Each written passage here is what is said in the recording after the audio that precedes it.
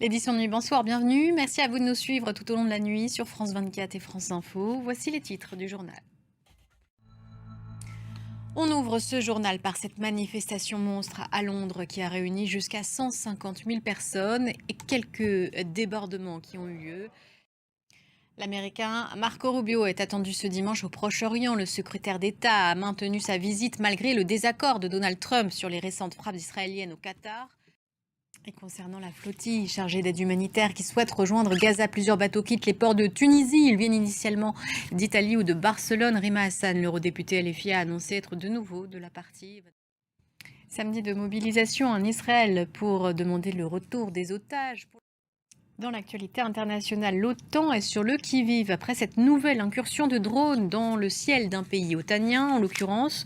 Cette fois-ci, la Roumanie. Bucarest n'a pas confirmé qu'il s'agissait d'un drone russe, mais une attaque russe était en cours non loin contre des infrastructures voisines en Ukraine à ce moment-là.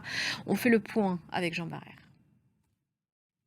Montée de tension entre le Venezuela et les États-Unis, Caracas dénonce l'arraisonnement d'un bateau de pêche battant pavillon vénézuélien et qui plus est dans ses eaux territoriales par la marine américaine. Cela a duré près de 8 heures. Le ministre vénézuélien des Affaires étrangères dénonce une provocation. Loïc Chalavon. Politique française, Sébastien Lecornu imprime déjà sa marque et retire la mesure phare du projet de budget de l'ancien Premier ministre, celle des 2 jours fériés en moins. Les Français ne travailleront donc pas 2 jours de plus gratuitement. Écoutez cette histoire insolite qui nous vient d'Autriche. 3 religieuses âgées de plus de 80 ans se sont enfuies de leur EHPAD pour rejoindre leur ancien couvent. Dans leur stratégie de fuite, elles ont reçu l'aide de villageois sensibilisés à leur cause. Mais cette vision ne plaît pas à tout le monde. Le prévôt dit craindre pour leur santé fragile et leur sécurité. Récit d'Etanadji.